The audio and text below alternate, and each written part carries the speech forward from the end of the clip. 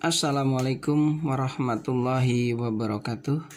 Selamat pagi, salam sejahtera bagi kita semua. Kali ini kita akan melanjutkan pembelajaran kita hari ini tentang katup. Minggu yang lalu kita telah mempelajari konstruksi dari jenis mesin yang ada di kendaraan. Jenis mesin OHP, OHC, DOHC. Dan kali ini kita akan membahas atau mempelajari tentang katup, kerenggangan katup atau celah katup pada sepeda motor. Seperti kita ketahui, fungsi dari katup adalah untuk membuka dan menutup. Membuka artinya memasukkan bahan bakar dan menutup bahan bakar yang masuk ke dalam silinder.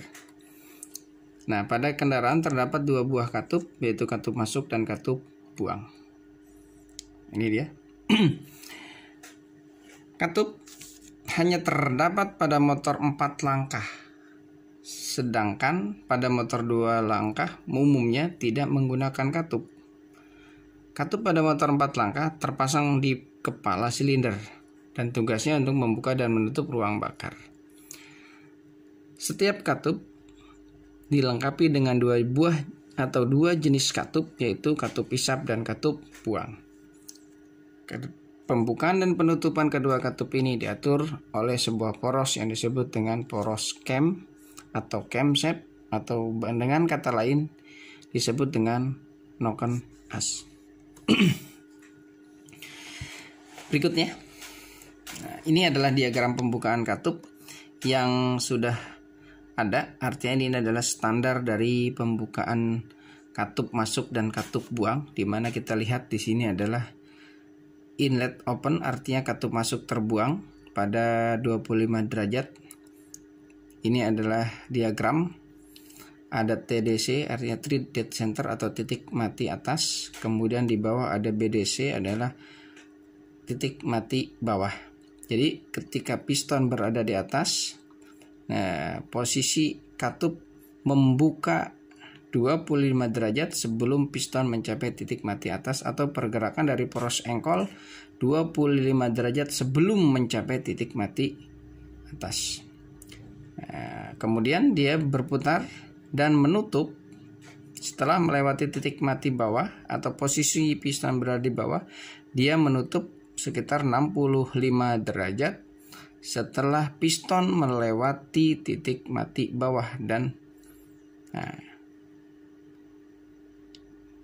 ini adalah posisi menutup. Jadi di posisi gambar merah, ini dia. Ini adalah di mana posisi katup buang terbuka 65 derajat pada saat putaran poros engkol 65 derajat sebelum titik mati bawah nih, dan menutup 25 derajat setelah melewati titik mati atas. Artinya ketika piston sudah berada di bawah titik mati atas, katup buang mulai menutup. Nah, ada overlap, artinya di mana dalam kondisi ini adalah kedua katup masing-masing dalam kondisi terbuka ketika piston berada di titik mati atas, berfungsi untuk melakukan pembilasan bahan bakar pada langkah pembuangan. Nah, di sini ada lead dan lag. Nah, ini adalah posisi di mana kedua katup dalam kondisi terbuka dan tertutup pada posisi di titik mati bawah. Ini tidak akan kita jelaskan untuk diagram pembukaan katup di materi ini. Saya hanya akan menjelaskan tentang kondisi atau celah katup pada motor 4 langkah. Ini adalah jenis katup pada motor 2 langkah. Ini disebut dengan red valve atau katup harmonika, berbeda dengan katup 4 tak.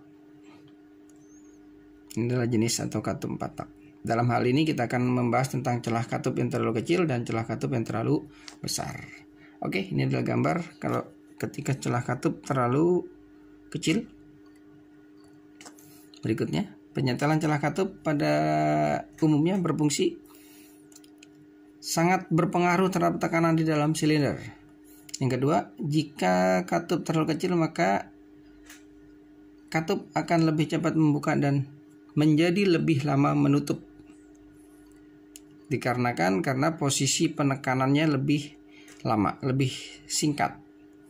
Sehingga bensin lebih boros akibat dari keterlambatan katup menutup pada tekanan kompresi menjadi bocor. Ini akan mempengaruhi dari kinerja kendaraan karena ketika terjadi kebocoran sekecil apapun di dalam silinder mengakibatkan kendaraan akan menjadi drop tenaganya atau menyebabkan tenaga mesin berkurang. Nah, mesin tidak bisa stasioner dan sulit dihidupkan karena terjadi kebocoran pada kompresi. Nah, selain itu, akibat celah katup yang terlalu sempit juga dapat terjadi ledakan pada karburator. Ini diakibatkan ketika katup masuk dalam posisi tertekan oleh pelatuk. Akibat dari kebocoran maka bahan bakar akan kembali lagi ke dalam karburator ketika piston sedang mengalami langkah kompresi. Ini adalah akibat dari katup yang sangat rapat.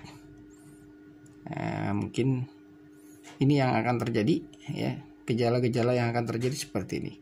Berikutnya kita akan lanjutkan kembali. Akibat celah katup yang terlalu besar.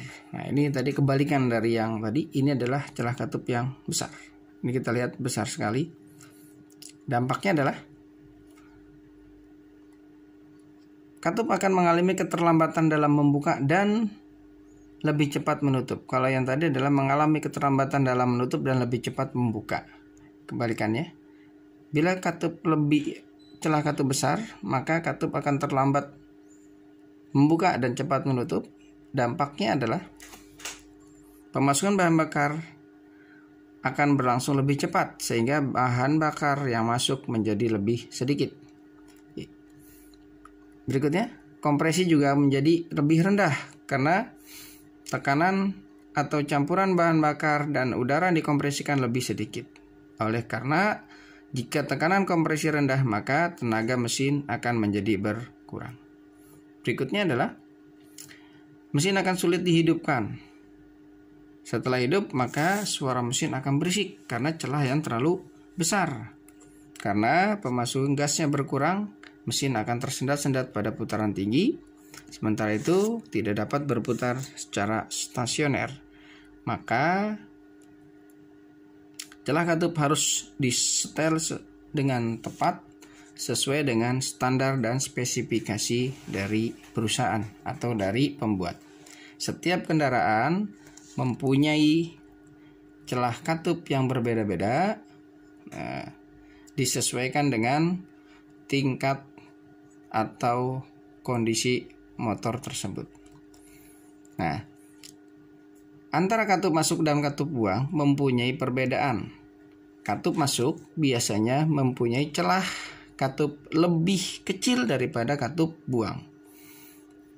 Pada kendaraan, katup buang mempunyai celah katup yang lebih besar. Dimaksudkan agar karena ketika katup buang bekerja akan mengalami pemuaian yang lebih besar. Karena katup masuk sebagai masuknya bahan bakar lebih dingin dibanding dengan katup buang. Yang melewatinya adalah sisa gas buang. Makanya orang bilang atau bahasa bengkel, katup masuk disebut dengan katup oli, katup buang disebut dengan katup api. Demikianlah penjelasan yang singkat ini. Mudah-mudahan anak-anakku paham dan mengerti. Seperti biasa, silakan dibuat resume atau rangkuman materi yang telah disampaikan. Mohon maaf atas kekurangan. Wabillahi taufiq wal hidayah. Assalamualaikum warahmatullahi wabarakatuh. Tetap semangat.